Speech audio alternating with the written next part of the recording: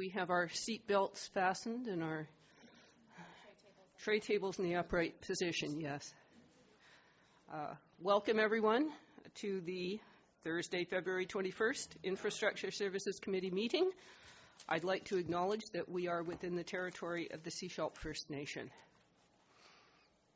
The very first thing on our agenda is the adoption of the agenda.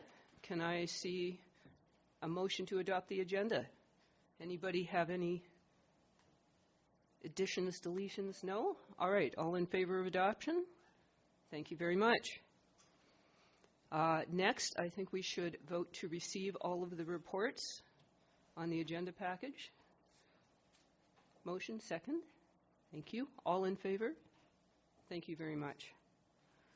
The first thing that we have is a presentation by our Infrastructure Services Manager on universal water metering.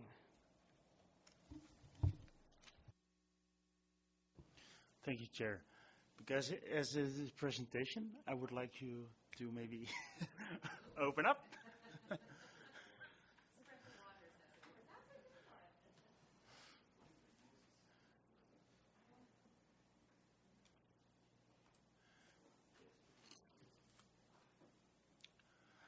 Thank you. Good morning.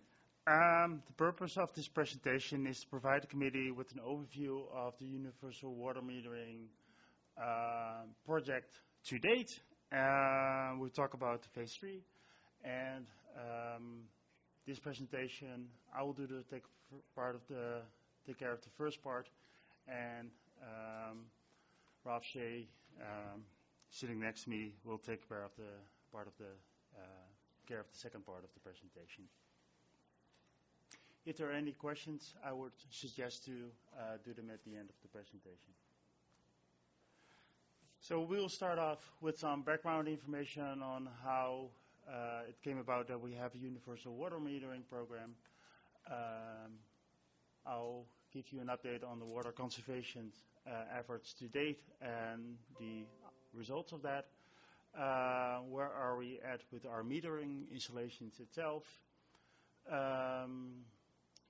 Ralph will talk about the awareness and the leak detection work we've been doing, and we close off with some future developments. Just as a recap, this is the map of all the water service areas. The North and South Bender system and the Chapman system. Those are of course, the main systems we have, but besides we have the Langdale, Grantham zones, Eastbourne, Cove Quay, and Egmont.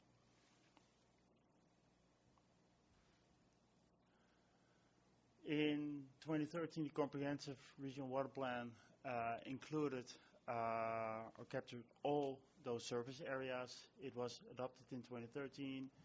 It assumed a 2% population growth. The actuals to date, the average is 1.38%. We all know that the Comprehensive Water Plan identified a water supply deficit during drought situations, and it had some strategies on conservation and supply expansion. And it talked about the drought management plan. Since the adoption of the Comprehensive Regional Water Plan,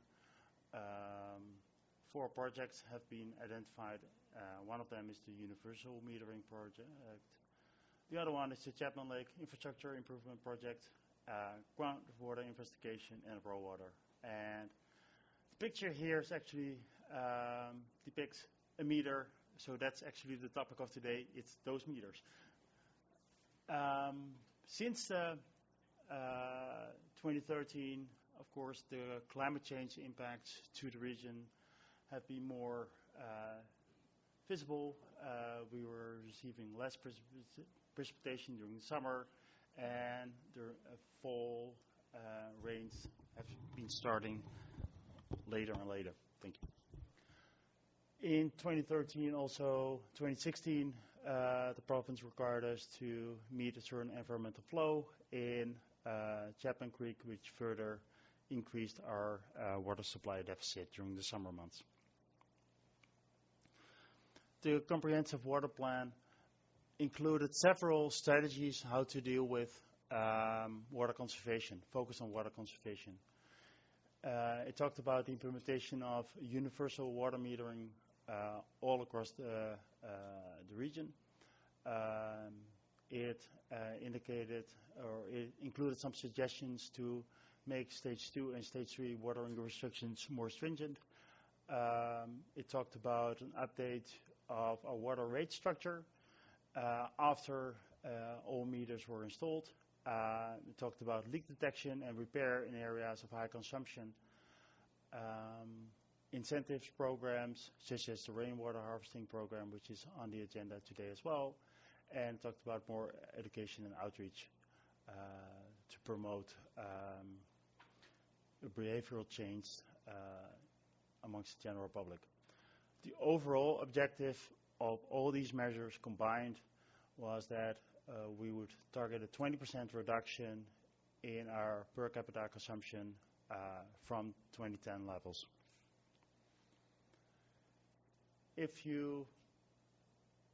So today the primary focus will be the metering, and we're on our way there. We've completed, or some improvements have to be made on the stage 2 and stage 3 watering restrictions. The rate structure has not been reviewed yet, and the other activities are underway as well. So if you look at the overall reduction to date in water consumption, there are a lot. This is a complex graph, but I would like you to focus on the yellow bar, which is the second line from the bottom, which really indicates the annual average daily consumption. So that is the consumption per capita averaged over a year, which is more or less the primary metrics for us to measure the impacts of water conservation. You can really see that that's going down over time, and where it was about 670 liters per capita, or cubic meters per capita per day in 2010. At the moment it's about 580, or maybe even a little bit lower. And you can really see a drop since 2010, 2011. And it's our impression that it really has to do with an increased outreach and education efforts, our leak detection work, and the implementation of increased implementation of our drought management plan during summer months. Last December, the committee and the board received the water demand analysis report. It gave us some insight in the supply and demand for the Chapman Creek system specifically, and it's really intended to support the strategic decision making by the SRD. And it's compared the comprehensive regional water plan to the current state. So what's really the difference? It provides us, so what it gave us is we have more accurate data at the moment on our supply and demand. We have an increased insight in our climate change impacts. We have an updated water supply policy objective, which is included in the water sourcing policy framework, and we have our environmental flow needs requirements. So a lot has changed since the comprehensive regional water plan was adopted in 2013. These numbers were also shown were presented in December, so it really gives us an idea about what would be the water supply deficit in 2025, 2035, 2050, under different scenarios of the impact of the effectiveness of our water conservation efforts. I just indicated that to date we've received, those efforts resulted in 13% reduction.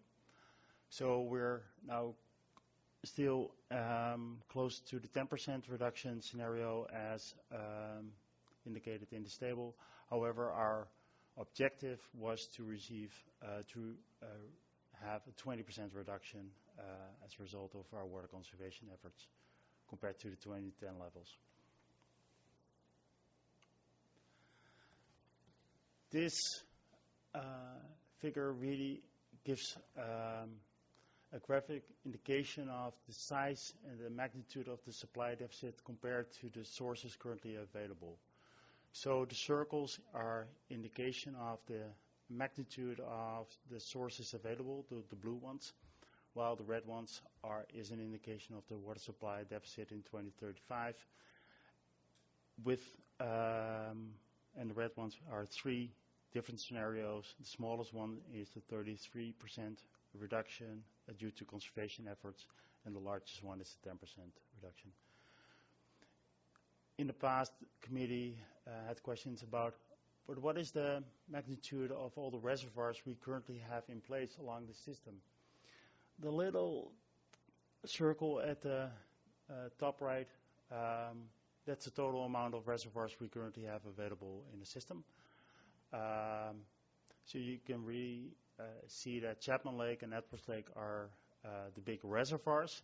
However, during the summer months, we have a lot of just inflow from the watershed itself, just from the watershed contribution itself. That's a really big piece. And that's above the Chapman Lake as well as below Chapman Lake.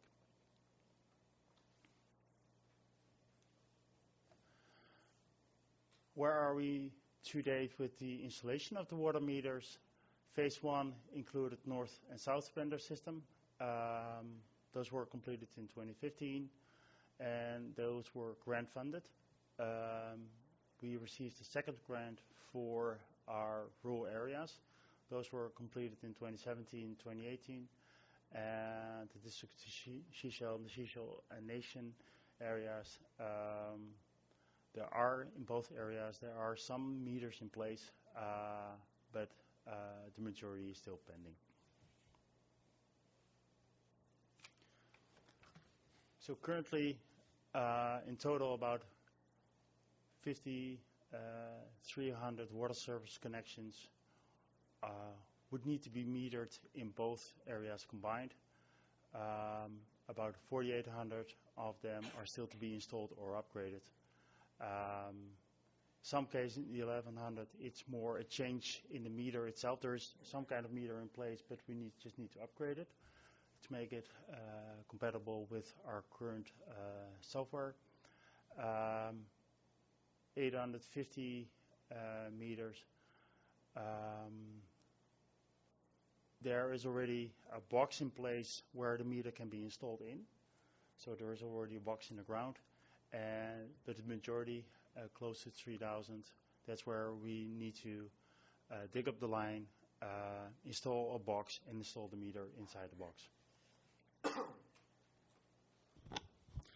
So in terms of the funding attempts, for phase 3, in 2018 January, we received notification that we were not successful in a grant application for our phase 3.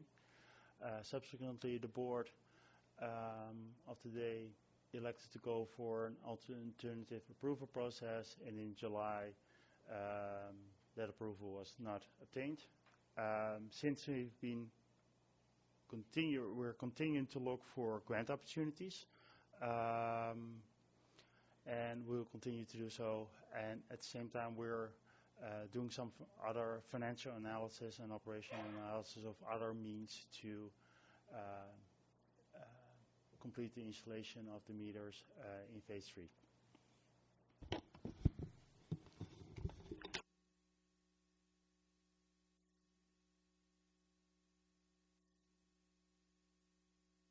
There is work that we can do with the meters that we have in the ground, and those are helping us save some water right now. So there's 2 principal ways that meters help us save water.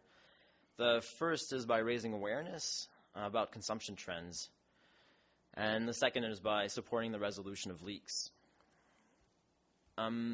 With the raising awareness, information is really important because people tend to manage what they measure.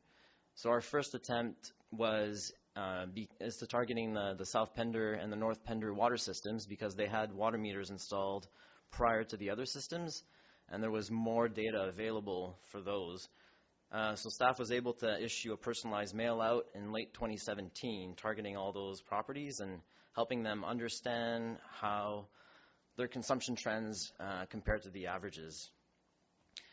Currently, data is mostly shared on an as-requested basis, principally because of the large time requirements of personalized mailouts. The other way of saving leaks is the other way of saving water is by focusing on the leaks. And it was decided to focus time and energy towards more targeted engagement with properties that have continuous water use flags on their meter. So this is an overview of the leak resolution procedure. And it starts with a regular meter read. At this time, reads are generally done on a monthly basis. Meter reads are associated with utility accounts and then triaged for those that have a continuous water use code.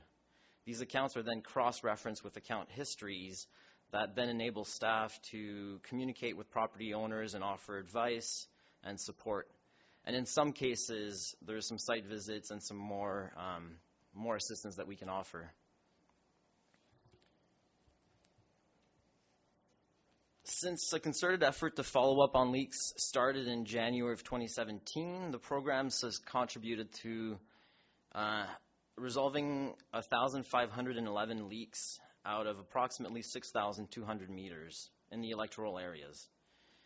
And in January of 2019, there were 440 active private side leaks in the electoral areas, and new leaks are found at every meter read.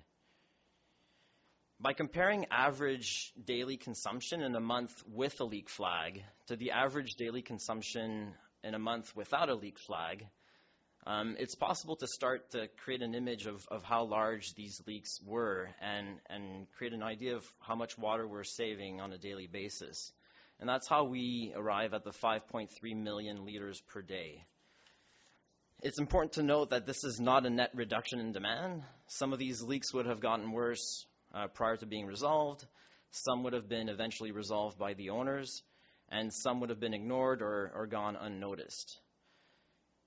So to better understand the program impact, we could look at the changes in total water demand. And the South and North Pender water systems are interesting indicators since they have not been influenced as much by the drought management plan restrictions.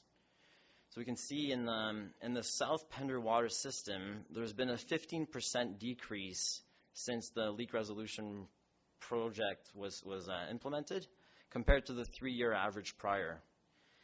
In the North Pender water system, there's been an 8% increase, but this is likely due to several large water main breaks in the last 2 years. In a smaller system like North Pender, a main break has a larger impact percentage-wise, and we don't expect this to be an issue with the regional water system, which has much newer infrastructure.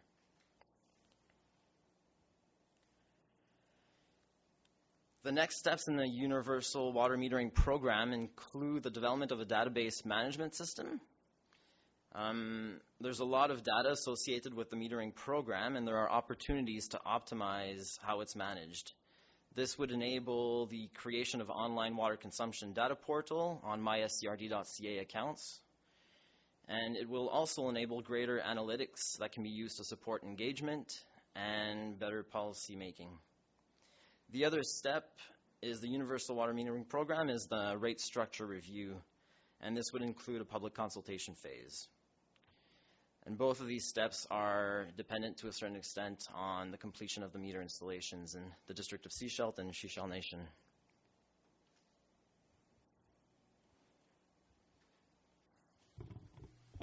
Staff would be more than happy to answer any questions the committee might have.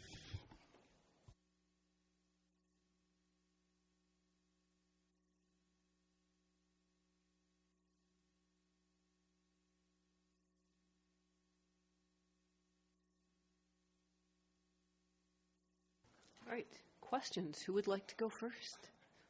Director Seegers. Thank you. I looked at your chart with showing the 13% reduction achieved, and given the watering restrictions that we've had on, I'm wondering how much that has impacted the reduction as we talked about, since 2010, we've had a 13% reduction. Which years in there actually reflected on here where there's no watering in the summer? Staff?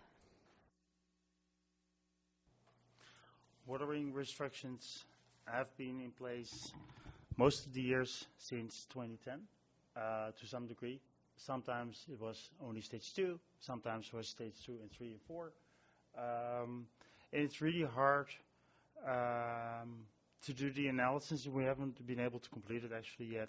Is to really say this is the consumption, this is the conservation result of the drought, of a policy decision of the drought management plan, and this is the result of actually outreach and education and the leak detection work. It's really hard to separate the two. Overall, there is a reduction, but what percentage is really the drought management plan and what percentage is the leak detection? We haven't been able to complete that analysis yet. Director Ties. Thank you, Chair. I assume from what I just heard that it would also be pretty difficult to do a return on investment calculation on installing those water meters in Sechelt and in the Sechelt Nation. If you compare it to having to build extra infrastructure to make up for the deficit that we would therefore be saving by installing those meters. Staff? Thank you. The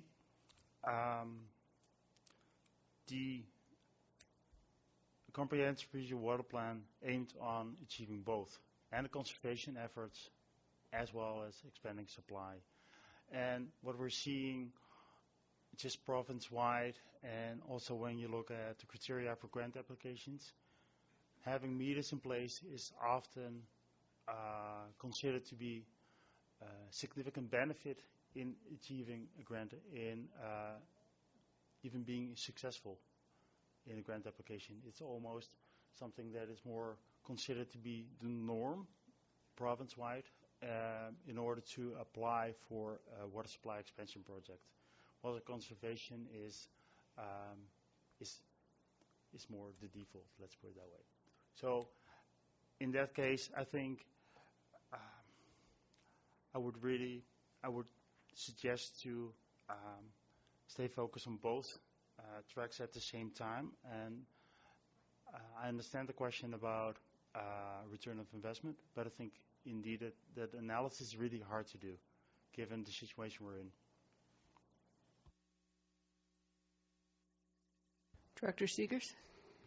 Thank you. If we look at the picture that you had up with all of the circles showing the water system sources, it actually supports what everybody in the community says in that it's not a supply issue, it's a storage issue.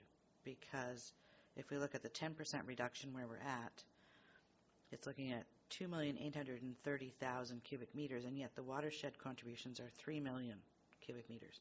So there's enough water. We just aren't storing it to deal with the needs that we have over time.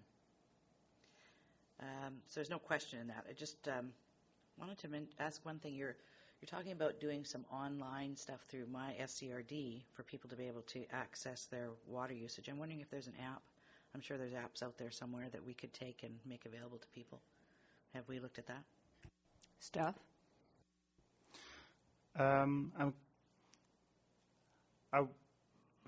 I'm going to answer your second question first, and then I might comment on the first one. Yes, we've been. One of the things we identified is that there might be opportunities to collaborate with other local governments on the development of a tool. The tool is currently not in place yet, but we've identified that there are opportunities to work with all local governments because we are not the only ones that might want to develop or have ultimately a tool on water consumption. The second one is the watershed contributions. that contribution, this graph is really focused on the period May 1st to October 1st. So that's really the period where we might experience some drought situations in. So in most of the, or a significant period of that time, we are drawing on our storage in Chapman Lake and Edwards Lake. So during that period, all those watershed contributions are used or to provide the community with water or to provide our EFN. It's not that that watershed contribution is, during the drought situations, is flowing into the ocean. No, we're actually capturing it and using it as part of our consumption. So it's all above our intake. So everything that's, all the water that's above our intake, we're trying to use it as prudent as possible. So this watershed contribution circle is not water that's all flowing down Chapman Creek into the CDC. It's a large part of that is actually used or has a purpose. Director Ties.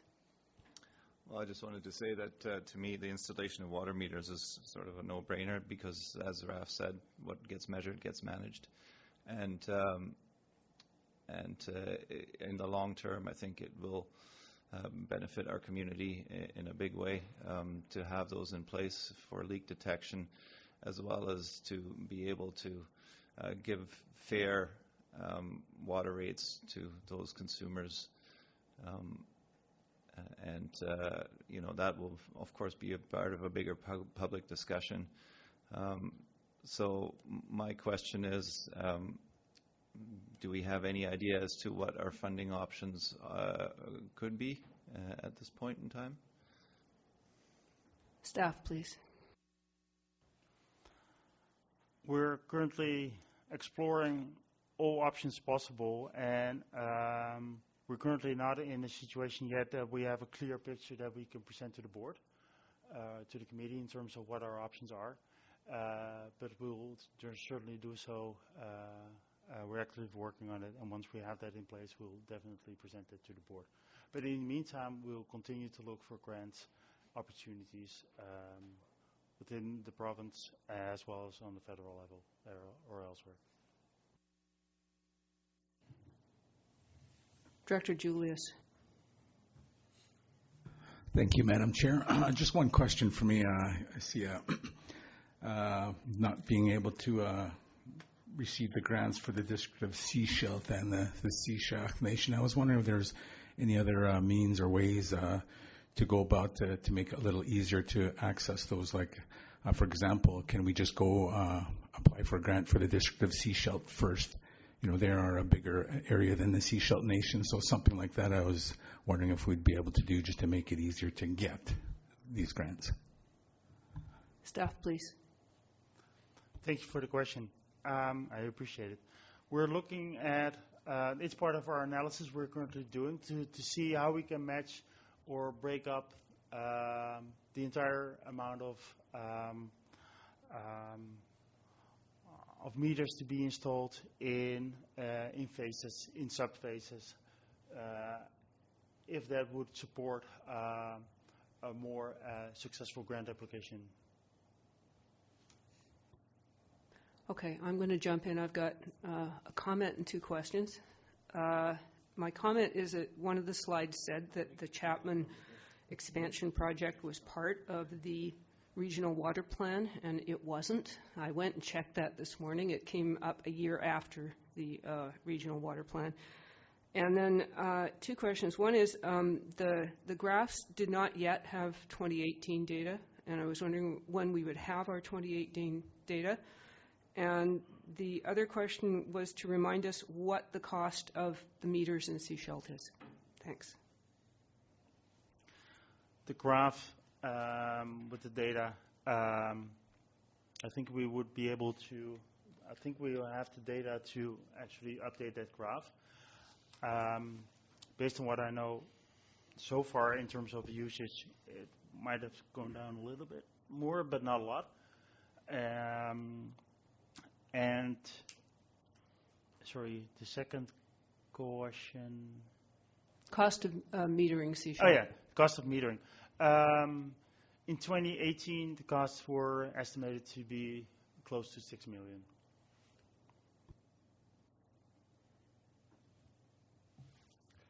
Director Beamish. Yeah, thank you. Just referring to your map of universal water metering installations, I appreciate that although we're not part of your water system directly in that sense, that other than as a bulk water purchaser, the town of Gibsons is also fully metered in the town as part of the SCRD. So we are that, and your tables don't yet take into consideration the impact of the town of Gibson's returning the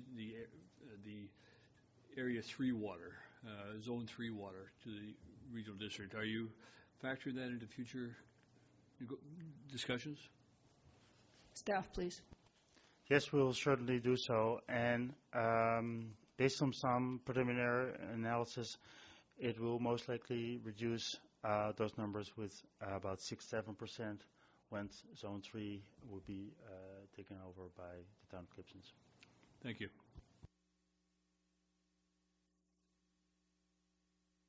Director Theis. No, one more thing was a metaphor that I think is apt is that you don't put more fuel in the tank until your fuel line leaks are fixed, and that's another argument for meters, in my opinion. So I just wanted to put that out there. Thanks. Director Hiltz. Yeah, thanks for the presentation. On slide number 7 there, it talks about repairs in areas of high water consumption. I'm just wondering if you could give a little bit of details about what an area of high water consumption is. Is that one location, one connection, or 10 connections, or 100 connections, or how would you identify the area? Staff, please. Thank you, Chair. The Comprehensive Regional Water Plan noted that our community in general had a higher per capita water consumption than other communities. So that was one of the hypotheses to investigate further as a likely explanation for that higher per capita consumption. So it was the area as a whole. And if I can add to that a little bit, what we're doing is that what staff are doing after every meter read, we go through the areas where we have higher than expected use of water. And we do an analysis of, is that higher than expected? Is that anyway, can we rationalize it? Or might it be that there is some leaks in the area? So we're non-stop reviewing those data to see for abnormalities. So follow up. So you're aggregating an area of high water consumption or individual meters? As staff indicated, we're looking at the entire community and we're not targeting specific areas at this moment. I'm going to throw one more in. Now that you have water meters out in all the rural areas and you're talking about better data analysis, so when would we be able to really get very accurate data on things like different types of water use, agricultural versus residential versus commercial? Thanks.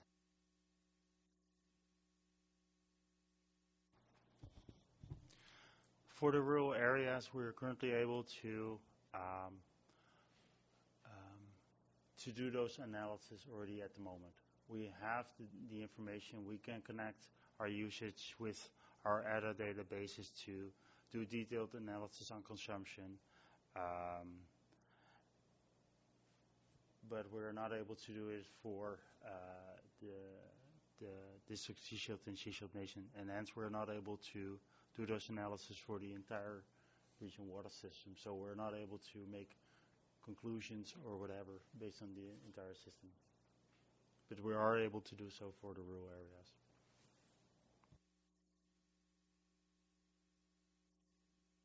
Director Hilt. Yeah, on slide number 9, it said more accurate supply.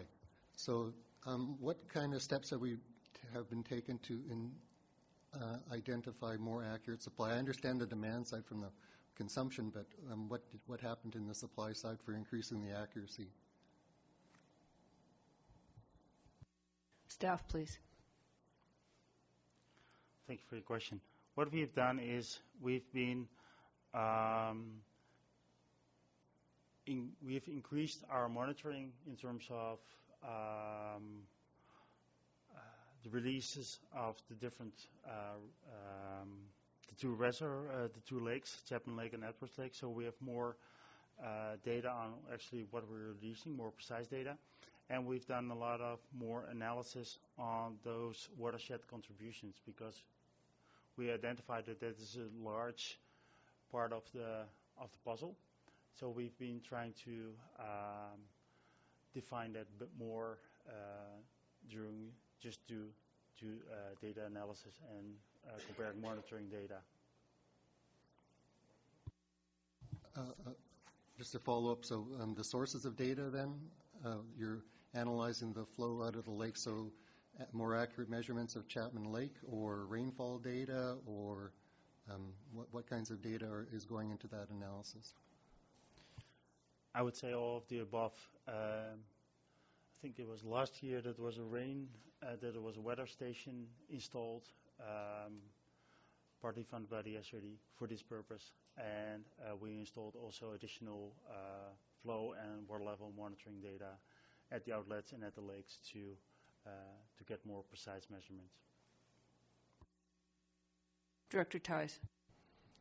Yeah, one more question is, how long would it take to install the meters once funding is secured?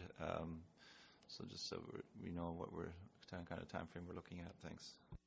Staff, please. I think that's a question that is part of the analysis that we're currently are doing is that, and that's part of the financial analysis as well, because there might be a cost difference to do it all in once or spread it out over time. But maybe there are opportunities, for example, because of grant application, to do it in phases. So depends on the availability of actual crews to do the work.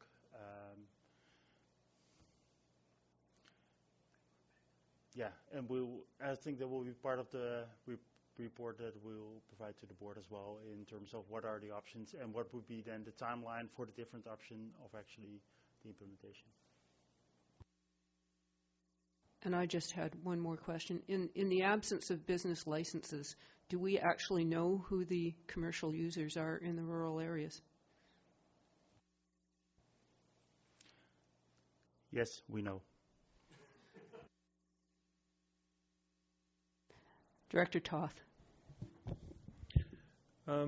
We do a lot of monitoring with private connections onto properties and whatnot. Do we have any meters on our infrastructure to be able to monitor our mains and see if there's any leaks or problems in our mains?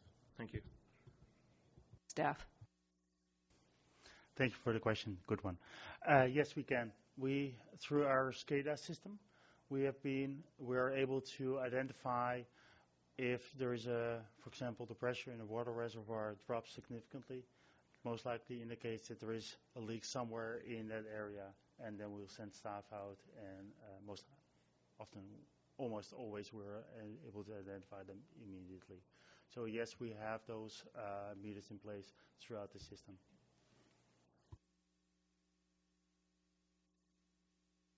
Director Hilt. Thanks. Yeah. Consumption per capita is this key metric. So you need the consumption and you need the population data, and this issue with population data, the surge in the summer population, and so how accurate is the population data that you're using for the basis of that metric? Staff, please. The metric is currently based on the permanent resident, population, just the number of residents on the coast. So it's a little skewed because of the tourism peak in the summer. All right. Do we have any further questions? Director Lee. We're looking for, well, let's take an average of a 20% decrease in water usage as part of the overall formula. If you didn't put the water meters in place in the Sechelt area, do you have an estimate of what would be the impact on achieving let's say, an average 20% decrease in demand? Staff, please. Thanks for the question, Chair. I think that's almost impossible to predict. Currently, we're at 13%, given with all the efforts we've made to date. I'm not able to predict if we are able to meet the 20% without those meters in place and some steps we could do after those meters are in place.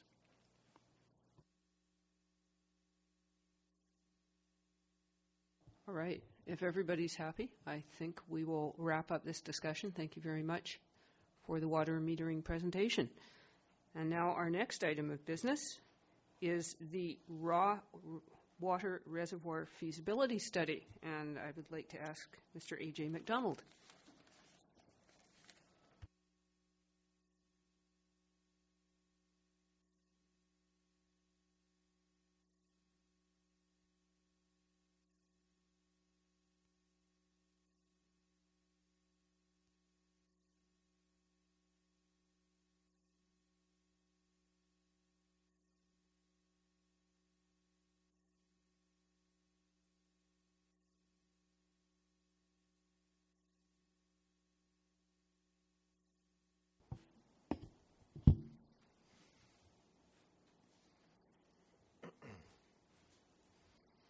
Thank you very much.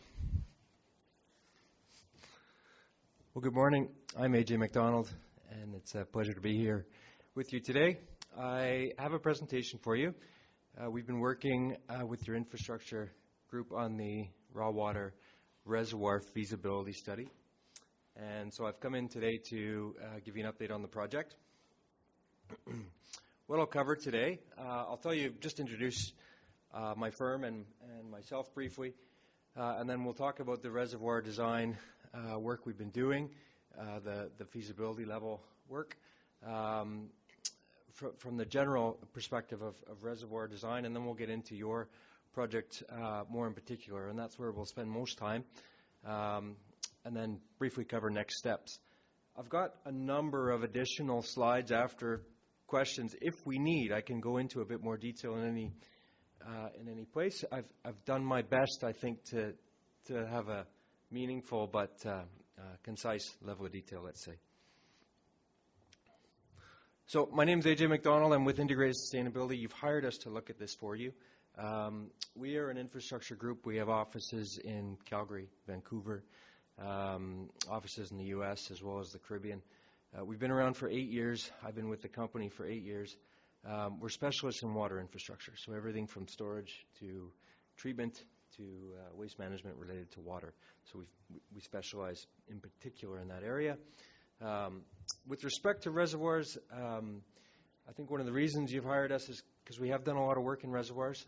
We've designed dozens of them in Western Canada, and we've built 35 water storage reservoirs in Western Canada, including BC, Alberta, infrastructure in Yukon as well. We do a lot of work at the front end of projects in this feasibility level. There's a lot of desktop work that gets done. I'll cover some of that.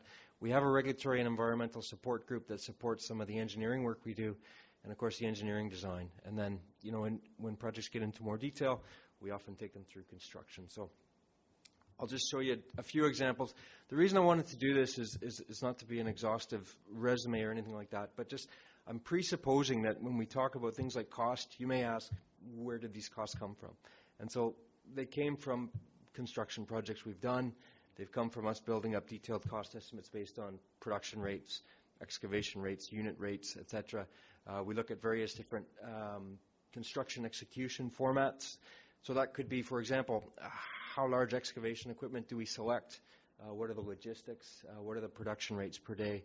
And one of the reasons that's important is also because construction seasons in Canada are not year-round, typically. So we try and stage our construction seasons, and so we look at that. We look at that quite carefully to determine how long things take, because the schedule and the cost are going to be inextricably linked. So here's just a few examples of recent projects. This is one in northern BC. This would be smaller than yours, but it's recent, so I trended more to recent. This is one. This is actually in northern Alberta, but it's another recent one. And they kind of look similar when I show you the pictures of what we've done for your conceptual. They kind of look similar just in layout in terms of the sides of dam that make up the reservoir, as well as the stockpiling and that sort of thing. So there's an example of sloping. Some of the reservoirs we have built are lined. In your case, we're not looking at a lined because you're talking about a freshwater storage. In some cases, they can be lined, depending on your water balance and depending on the type of water you're storing. So that's just an example of things in construction. So we would have staff, managing these processes. There's a recent, just happened to be a nice picture of a recent one with a drone, and that would be a lined reservoir. So into your project.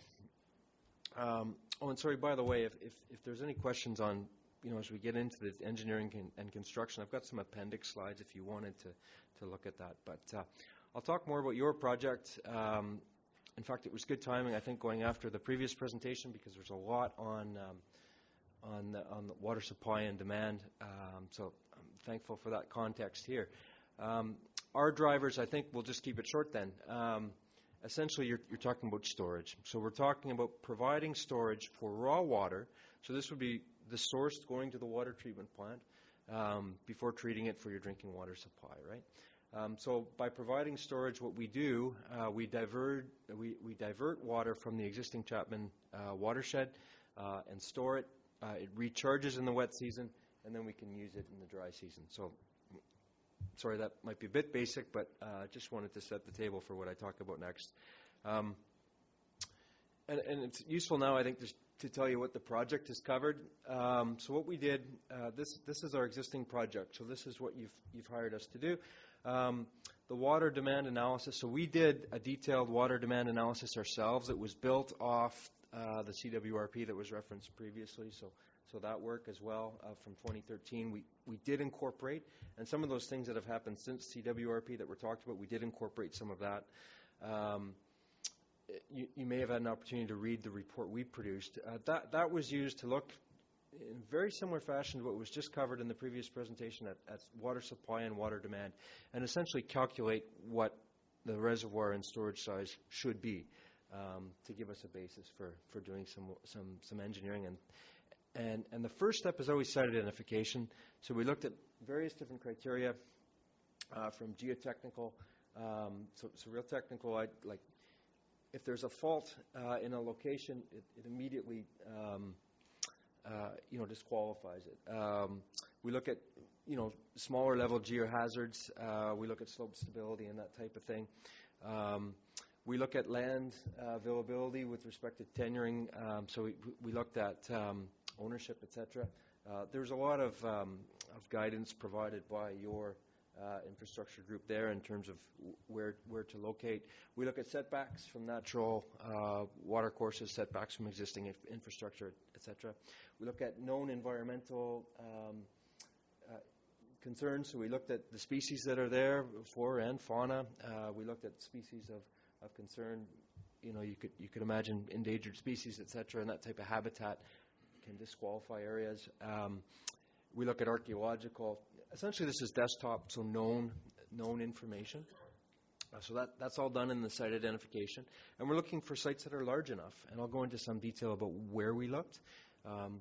We looked at 800 square kilometers of expanse. And then we did the multi-criteria analysis with your team, which would be looking at the multi-criteria with a known weighting and saying, how many sites do we want to actually do some conceptual design on. So we started with 12 sites, and then we've narrowed that down, and I'll describe that in a bit more detail.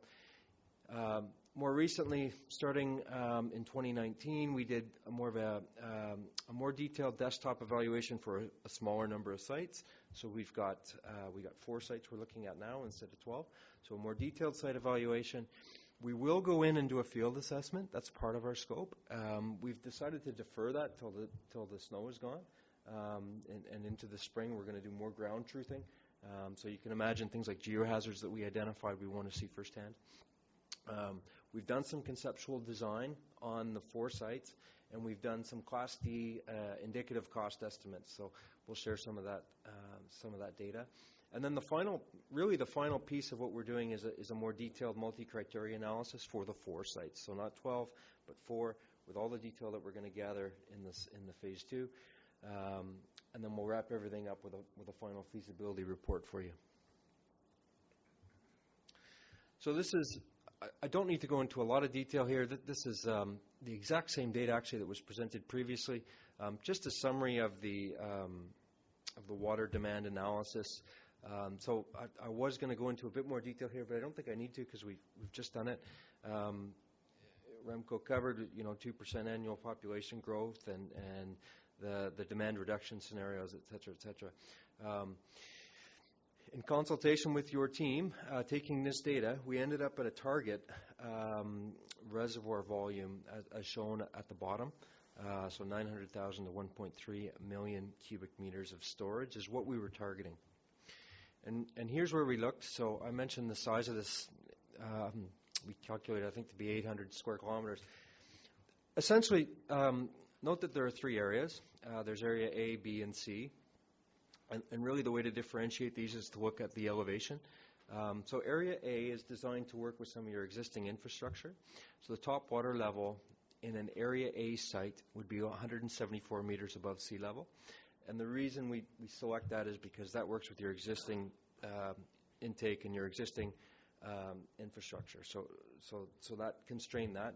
If we go above that, we could look at area B. Now area B would require new infrastructure to convey water from the reservoir into your water treatment plant. There's some benefits there. I mean, from area B, you could actually travel by gravity flow because you're at higher elevation. So with area A, you're using an existing pump station. So you need hydraulic lift. And then, another fundamentally different area would be area C, where we went even much higher, and this is up to 900 meter elevation. Essentially, we said, as far as we can go without getting into Tetrahedron Park, we looked at area C. Now, this would be fundamentally different type of reservoir. This would be similar to what's happening with Chapman and Edwards Lakes, where you're essentially you're providing storage, but you're using natural surface water flow into the lower reaches of the Chapman watershed. And so area C essentially is creating larger volume in an existing subalpine lake. And I'll explain that in a bit more detail. So here's what we looked at. Here's what survived our initial 12 sites. We had, you can see Site A and Site B are shown in the bottom left, and they're quite close together. Again, A is, the criteria is at 174 meter above sea level, top water level. So B isn't far away, but there is an elevation difference. And then we looked at 3 different subalpine lakes, essentially enlarging them. So again, what we were talking about in the level C sites would be providing storage and then allowing that storage to flow into the existing Chapman Creek lower watershed. So C1 actually got eliminated as soon as we got into some of the more detailed analysis because there is a fault there, so we had to take it off the list. So surviving are A, B, C3, and C4. And C3 and C4, the reason they're numbered, that's an artifact from when we had 12 sites. And I'm just going to show you what these look like now. So this is where we did some conceptual engineering. So Site A, this would be the concept. The color coding here, just to orient you and give you a sense of what you're looking at. So the red would be cut, is the term for removing native soil by excavation. The green would be fill. So this is placing, and you can notice on three sides we've got the sloped, this is essentially the dam wall that creates the reservoir. So we've got slopes of 3-to-1 on the wet side of the wall and 4-to-1 on the dry side of the wall. You can see the ridge going down the wall there. So some of the criteria we used are for all of these, for any of these sites, would be maximum height of the dam wall of 15 meters. So that was one of our guiding principles, and it has to do with how you classify major dams in British Columbia, and as you get higher, even in the world, there's worldwide standards for this. The red is cut, the green is fill, and that creates the wall, and then the purple, orange, and pink there, those are the different stockpiles. So we've got an excavation stockpile in purple, and then top and subsoil in green and pink respectively. So you do have to understand that the size of your site is impacted by where the soil goes. Now, what we haven't done, and what we could look at in more detail in the future, would be how you manage some of that soil. What we've done for the purposes of these layouts is really just stockpile. That's not to say that there's not other ways that you could finish where you're doing the stockpiling. So Site B, and I'll show you the volumes in a subsequent slide. But here's Site B. So we do have walls on 4 sides, but we are using existing topography. If you notice in the southwest corner there, that's actually don't think of the red area as necessarily containment. That's just cut. So we're cutting that. If you see the contours, if you're familiar with reading contours, there's quite a hill there, and that kind of anchors that corner. And similar stock pile color coding, the excavation in purple, topsoil and subsoil in orange and pink to the south. So some of the reasons that this, we've got some regular shapes here, we've got some right-of-ways and things like that for utilities. So those are a no-go. We've got a gas line, etc. And here are the sea sites. So this is a fundamentally different way to do it. Because you're in these subalpine lakes, we're essentially enlarging an existing water storage area. And so what you do is it's much less earthworks, because you're creating a dam at the downstream side and essentially enlarging and giving yourselves the ability to control the outflow. So here's some of the critical details. There's a significant amount of detail wrapped up in this table here, and our reports go into a lot more detail. But Site A and Site B are, Site A is approximately 1.2 million cubic meters of storage. That includes things like freeboard, and so that's usable volume. The site area shown there, they're similar, although for A and B we're not including necessarily, for Site for Site A and Site B we are including the stockpiling. The costs are more for the Site A and Site B because you are doing a lot more earthworks, so that's driving the costs. These costs include 25% contingency for Class D level of costing, and the construction's significantly longer. The reason being, it's just straight production rates of, we looked at doing production rates with different types of excavation and hauling equipment, and we went as large as we thought was logistically possible to get the production rates as high as we could. So C3 and C4 are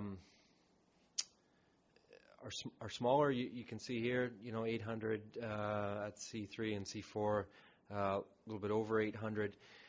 There is the opportunity to look at C3 and C4 as a single project. In other words, they are part of the same. If you look at them on a watershed basis, they would be connected. C3 being up. Sorry, let me make sure I get this right. Yeah, C4 being upstream of C3. So in other words, if you had C4 and C3, C4 would flow into C3, and they could be considered an additive volume. Oh, what have I done? Excuse me. I'll just get back to where I was. So yeah, and I've got some more detail in the appendix slides, but I wrapped up a little bit here. Please feel free to ask questions at the end. So some of the next steps, outside of the scope of this project, this is brief. We can go into more detail if you like. I've brought some slides to show you what the preliminary and detailed engineering should look like, but there's some permitting work, land acquisition, stakeholder engagement. There's preliminary design, so consider this conceptual. For Class D design, it's conceptual. When you do preliminary design, I'd expect you to do a Class C cost estimate, and then you'd get into detailed engineering, where you can do Class B and Class A estimates based on tendering, costs, etc., and then into construction and commissioning. So that's the main presentation. Happy to open up the questions now.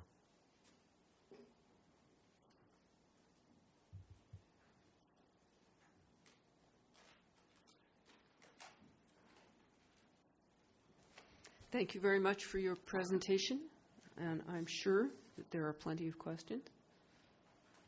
Who would like to get started? Director Julius.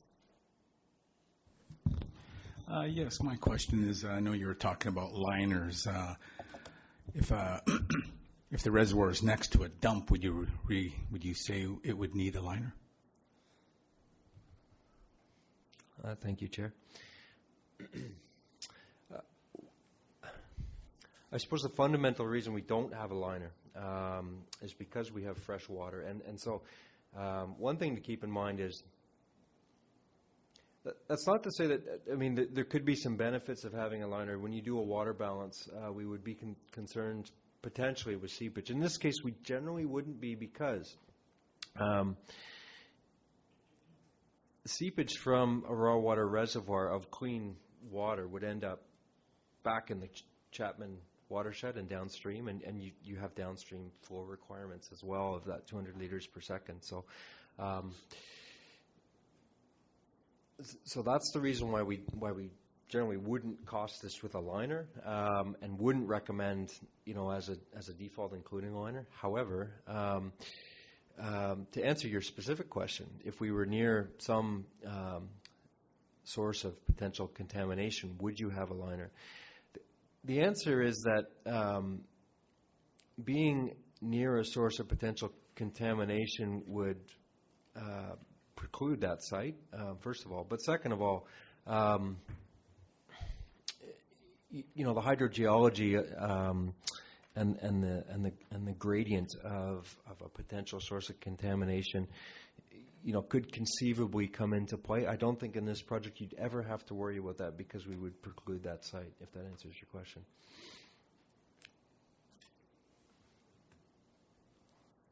Director Lee.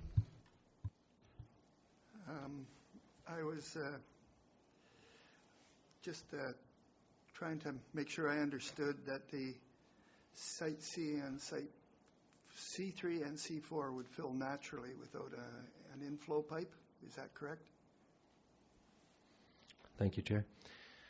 The answer is yes. In other words, so it'd be very, very similar to the way the existing lakes are filled. It'd be the same way it fills now.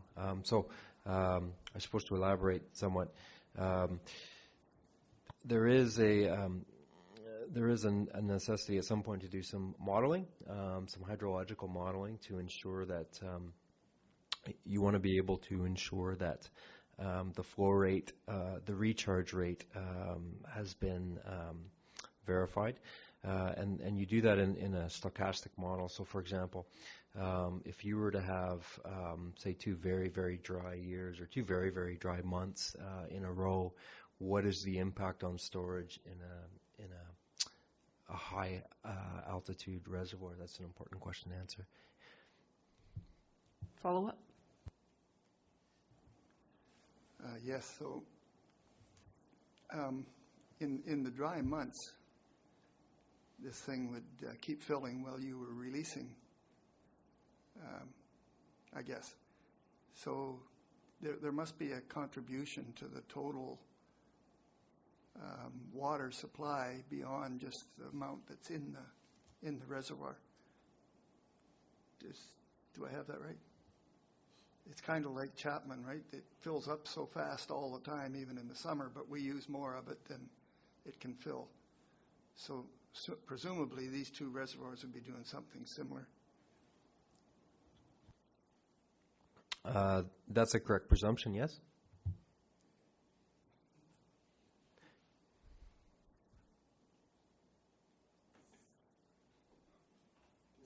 Director Ties. Yeah, so my question is, when you consider all the regulatory approval timelines and all that, what would be the earliest estimate that one of these reservoirs would actually be able to be operational? And which one would be the first ones, considering all those approvals and all that?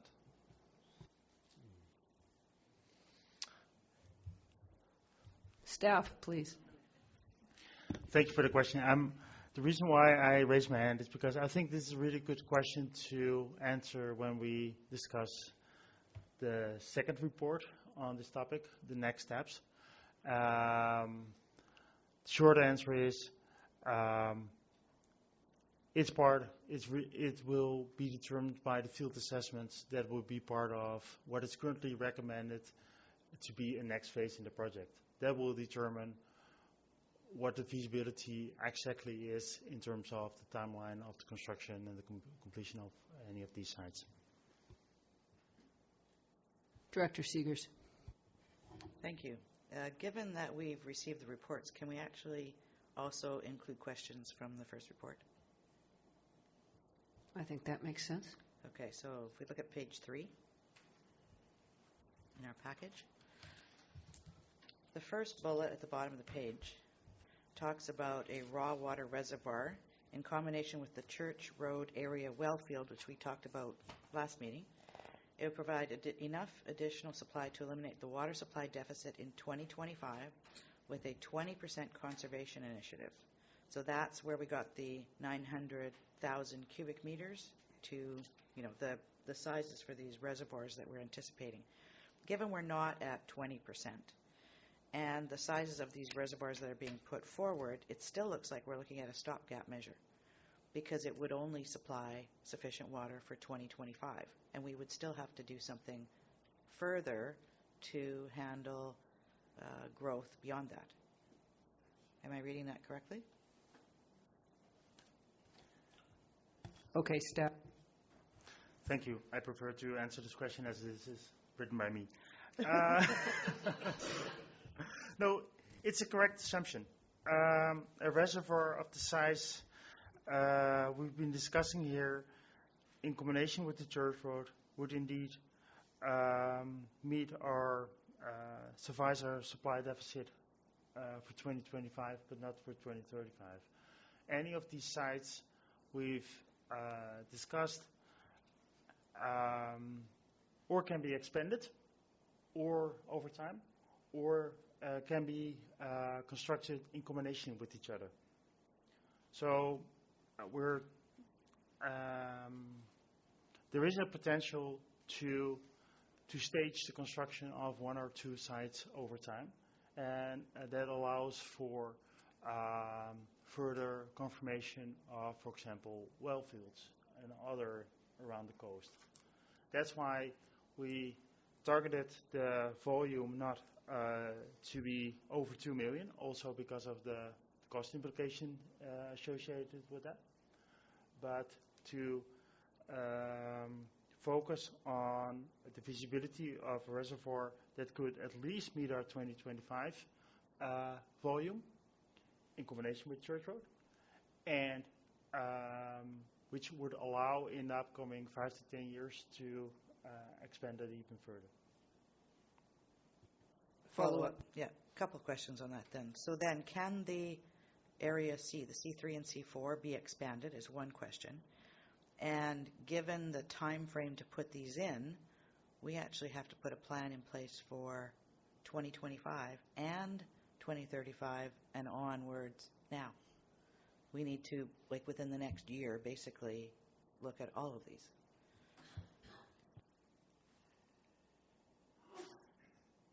Let's go to Mr. McDonald first and then to staff. Sorry, without knowing exactly what you want to address, Ramco. With respect to expandability, so one of our criteria in the multi-criteria analysis was expandability. There's a couple different ways you could expand depending on the site we're looking at. In the subalpine C3 and C4, essentially no, the particular C3 and C4 wouldn't be expandable per se. In other words, we think we've come up with what is the more or less maximum achievable volume at those two sites. And so I think it's fortunate that we still got two there. We're talking about something like 1.8, 1.7 million. In Site B, well, in particular Site B, one potential way that's feasible from an engineering perspective to expand would be to build a larger dam or a taller dam. There's implications there for dam safety, et cetera, but it is possible, and it's something that we considered in the multi-criteria. Staff, please. The expandedness, the fact that we're looking for dams that could be expandable, was important for us, as we were not sure of all the feasibility of the role of the wells.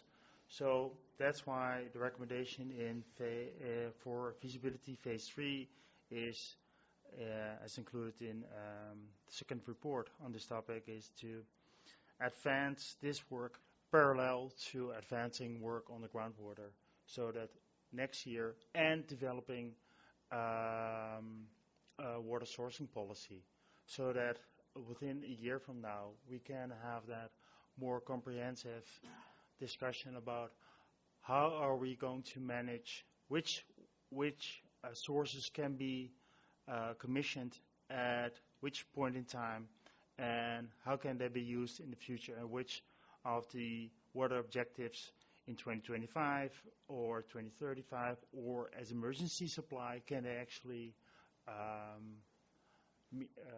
contribute to. So it's really data analysis, so that we, in a year's time, data analysis parallel tracks, so that in a year's time we have a better understanding, and the board could make some more comprehensive decisions on staggering and staging of the different developments. Sorry, I'm going to just also jump in. So Director Seeger's question is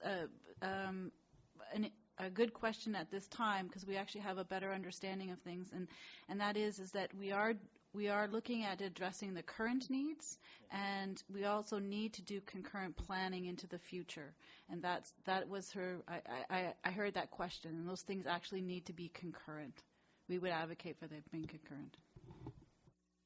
Thank you. I'm going to ask for more questions, but focusing on the consultant's report, not perhaps opening the bigger cans of worms quite yet.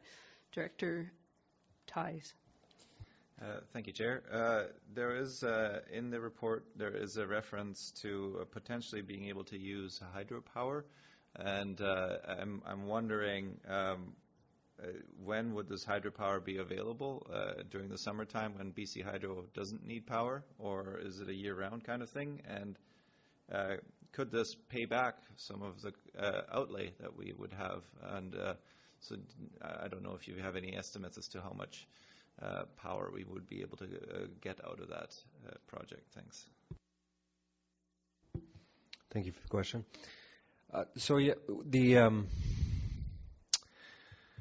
The concept of hydropower is particularly, I think, relevant to looking at the B sites. So the key being that because we're above the existing intake, we could use gravity flow to provide conveyance from the B site reservoir into the water treatment plant. And because you're using gravity flow, you could harness some of that power with a turbine. And so the answer to your first question would be year-round. As water is being conveyed from the reservoir to the water treatment plant, as it is as a matter of course, you would be producing power, conceivably. So therefore, just looking at the demand curve and the duty curve of the water treatment plant, let's say, you'd actually be producing more in the summer because you treat more water in the summer. In terms of number of megawatts, I think it's a very good question. I'd like to get back to you on that. I think it's a number of, I think we're talking about single-digit megawatts. So it's a moderate amount. It's certainly. I'm sure people would understand this just intuitively, but it would be a small offset, let's say, to your existing electrical needs. Staff? The only thing that I can add to that is one of the concepts to explore is how can we use, instead of selling the power to BC Hydro, how can we use that, the power generated maybe at the treatment plant itself? That's another thing to explore further if Site B would be considered. Director Lee? I just want to make sure that I understand the amount of land that we're talking about putting underwater. I believe it's 76 hectares for Site 3 and 4 if we built the dam. And I believe if we raise the Chapman Dam, it would be 2 hectares. Do I have both of those figures right? And if we raise the Chapman Dam, the amount it was proposed, would that provide the same amount of water as Site 3 and 4? I'm going to send that to staff. Thank you.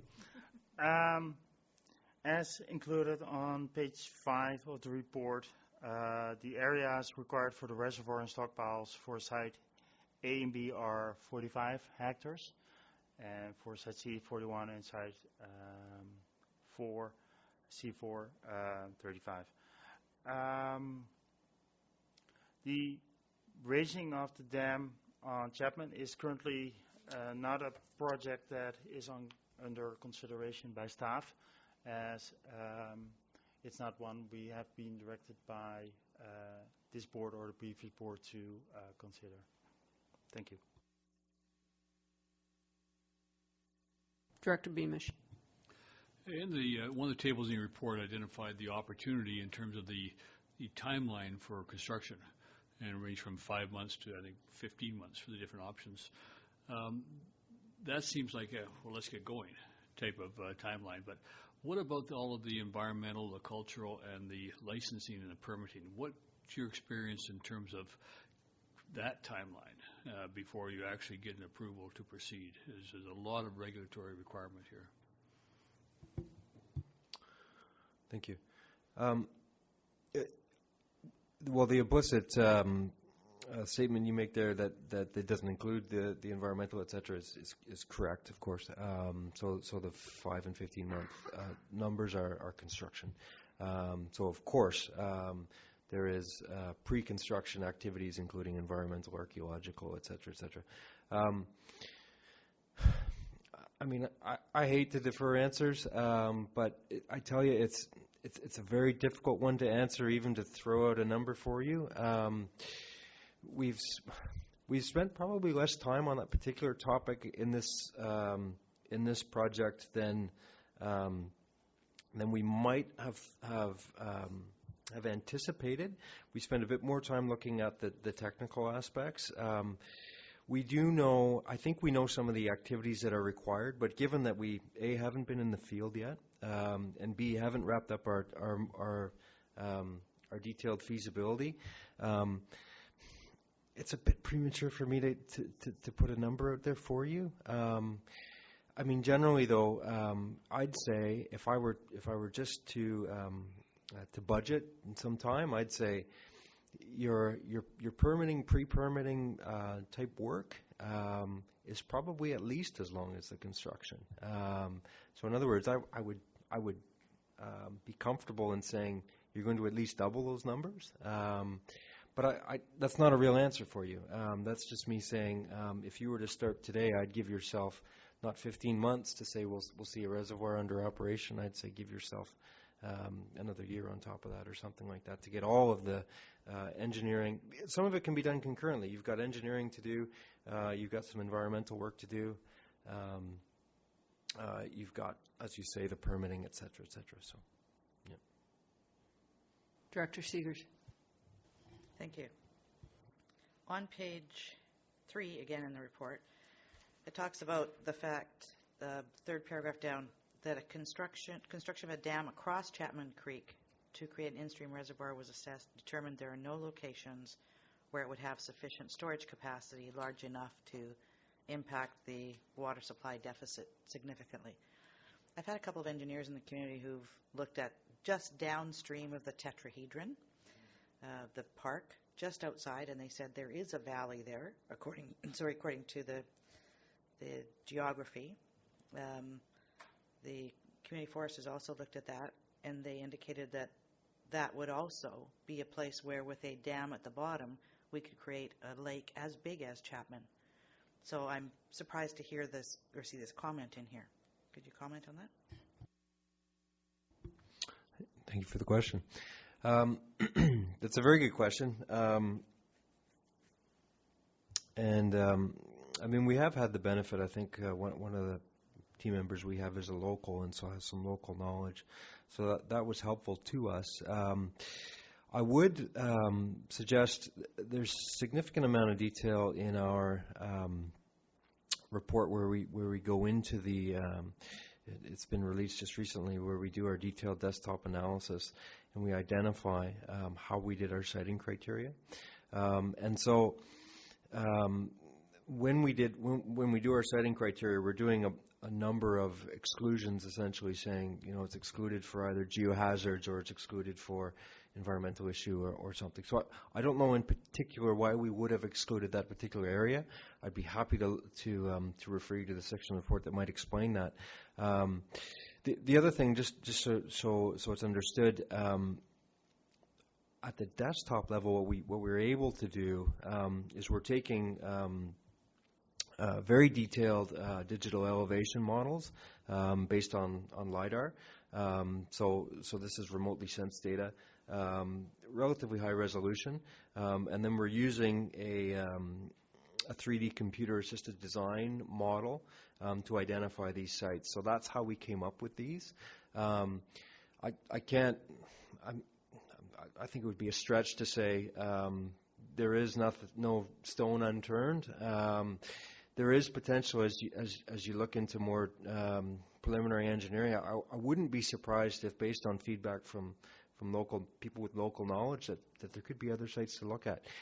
It's not a lot of effort to look at additional sites, and I think some of the findings of the work we've done would be quite transferable. So I don't think it's out of the question to think that it's worth looking at.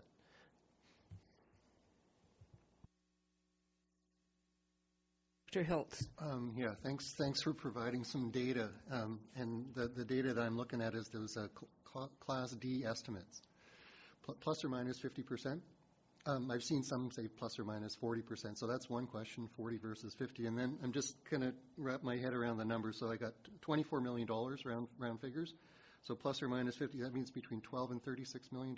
Is that the range is that what those numbers mean? Thank you for the question. Yeah, I mean the arithmetic is correct. Yes, it's that's the range. I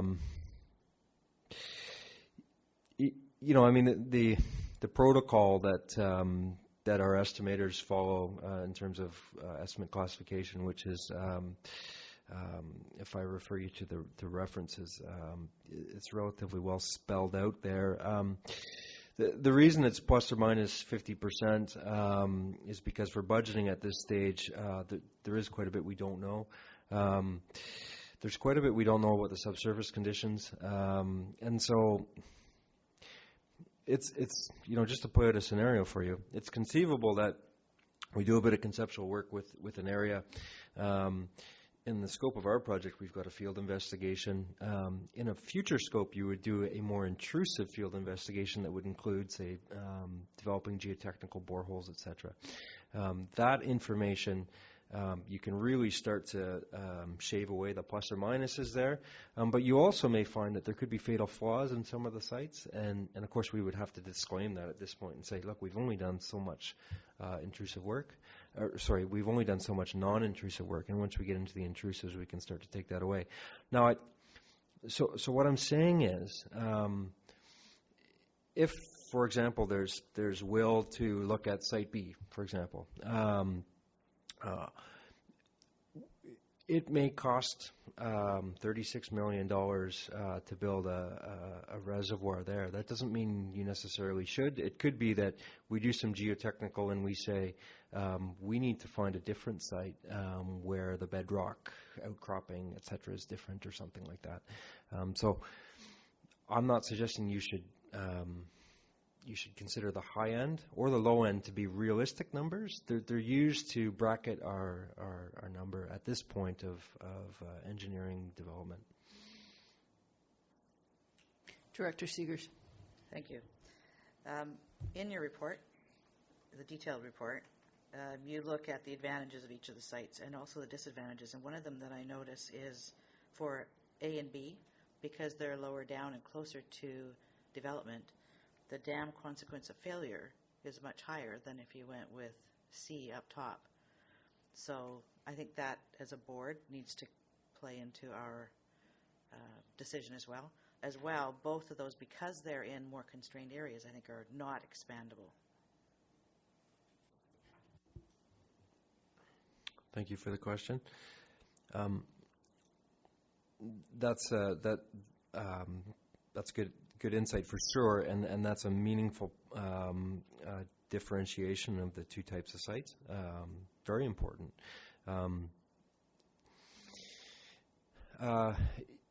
Earlier I mentioned that Site B, for example, is expandable. I am talking about from an engineering what is possible kind of perspective. Dam safety is there's a well-established international protocol for evaluating dam safety, as I'm sure everyone is either aware or intuitively could understand. So is expandable from an engineering perspective. Possible that there are fatal flaws from a broader perspective, particularly looking at hazards and operability analysis, where we look at, from an engineering perspective even, we look at what is the likelihood versus consequence of a failure. Yeah. I'm just going to throw one out there. Could you just give us a general idea of what the difference is in terms of long-term maintenance of the different types of sites, A and B versus C? Sure. Thank you for the question. The C sites would be, well, just for point of reference, the C sites would be similar to what Chapman Lake and what Edwards Lake are. So I think you have some familiarity with operating those types of facilities. I mean, generally there's less associated infrastructure. Site A, consider that you're still using an existing pump station, so you've got maintenance of that infrastructure as well. Site B, we'd need to construct a new weir, so a new diversion structure. So that's important. That requires some maintenance. It'd be similar to what you're doing existing, but it would be a higher elevation. So each type of site has a different infrastructure requirement, but I think the key takeaways are A uses existing mechanical infrastructure, B needs a new intake, and C has lower infrastructure maintenance requirements, although the access is a lot more difficult. And you're familiar, I think, with the access is, we'd likely have some temporary access for construction, but your ongoing maintenance access is similar to what you're doing for your other infrastructure up there, which is often by air. So those are the keys, I think. Yeah. Director Hiltz. Thanks. The question is kind of on water quality. So the way I understand, we essentially fill up the bathtub when there's water, and then we drain the bathtub. Kind of, that's sort of what we're talking about, in simple terms? Absolutely. Okay. Yep, that's correct. So we got a bathtub that's 15 meters full, and we drain it down. So how, and it's open to the atmosphere, and so as the water level drops, and it's in the summertime, it will probably heat up more, I'm guessing, right? So I'm wondering about kind of the water quality as the level drops, particularly with respect to summer temperatures and algal blooms and this type of water quality issues, and what would be your experience with potable water systems in this kind of reservoir depth with summer temperatures, that type of thing? Because we are looking for water in the summertime, not in the winter time. Yeah, thanks for the question. Truth be told, I love talking about treatment even more than I love talking about storage. So,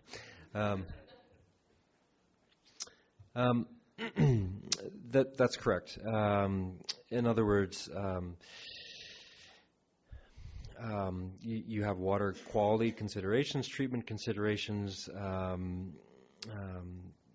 Your water balance will include evaporation, primarily based on relative humidity and temperature, et cetera, and there's other water quality considerations as well, as I'm sure you know. So, for example, in the sea reservoirs, we've got overland flow, essentially, right? So turbidity events, freshet events, that can affect water quality downstream. Not unlike what your treatment plant, I'm sure, experiences now, but with respect to larger reservoirs, summer temperatures driving higher temperatures, summer temperature, and some of that algal blooms typically can affect things like taste and odor. So I'm not sure how equipped you are for, we look at, I'm not an expert on your water treatment plant. I'd love to become one day, but generally taste and odor, geosmin, MIB kind of blooms, those types of algal blooms can become issues, and often the way to attack that is with a process or a process-based solution, and it could be advanced oxidation, that type of thing.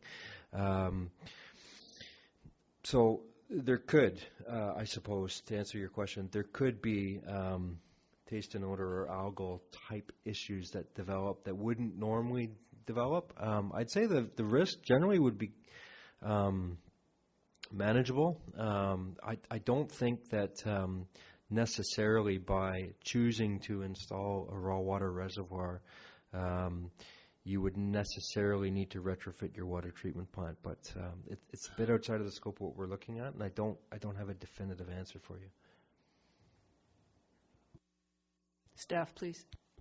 The only thing I would like to add to that is that at the staff level, and I acknowledge that the consultant wasn't informed there, one of the things we were talking about is if a reservoir would be at an A or B site, using a reservoir year-round as a flow-through reservoir. That would allow, create more refreshing of the water on an ongoing basis, and it would allow during storm events when there is high turbidity in the water to shut off the intake, just draw from the reservoir during the period when we're now treating very turbid water at our treatment facility. So it could actually improve the quality of the water treated at the treatment plant year-round.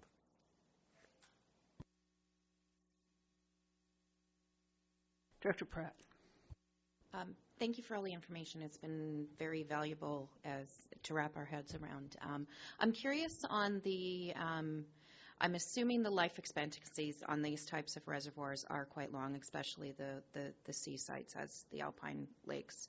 But I'm curious on the life expectancy of like the Site A, Site B what would be your expectation on that? Thank you for the question.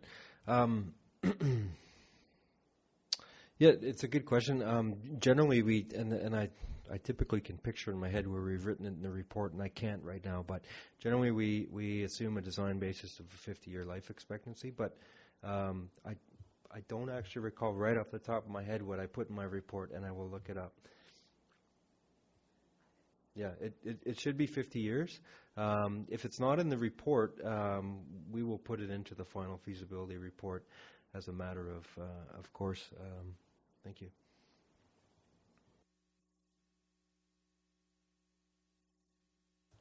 I'm not seeing any more questions. Going. Ah. Beg your pardon, Madam Chair. I thought that perhaps Director Lee was left wanting from one of my answers to the question of filling of the Site C reservoirs. May I try again? Could you maybe ask the question again? Is that fair? Yeah. The reason I went quiet is I believe the answer was probably liters per day capability in the summer. And I thought perhaps I'd asked the question incorrectly.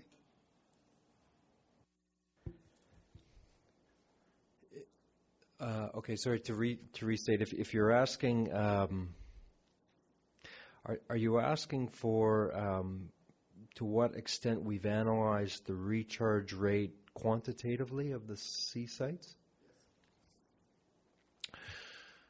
The answer is we haven't. The answer is that we assume recharge based on the fact that your existing subalpine lakes are recharging. And so we have made an assumption about what's accessible in terms of a volume.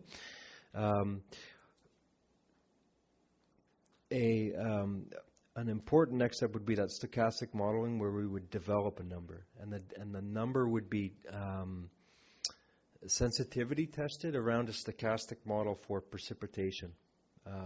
That is a meaningful step to take. Not currently in our scope. So in other words, we assume that it fills in the winter, fills in the high precipitation season.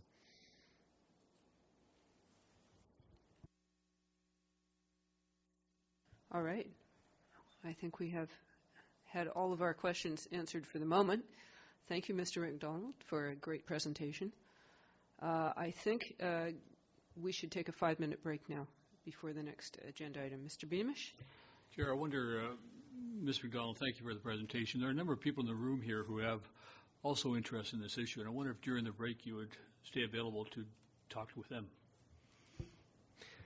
I'd be happy to, yes. Yeah, it'd be my pleasure. Thank you. Thank you. 5 minutes, folks.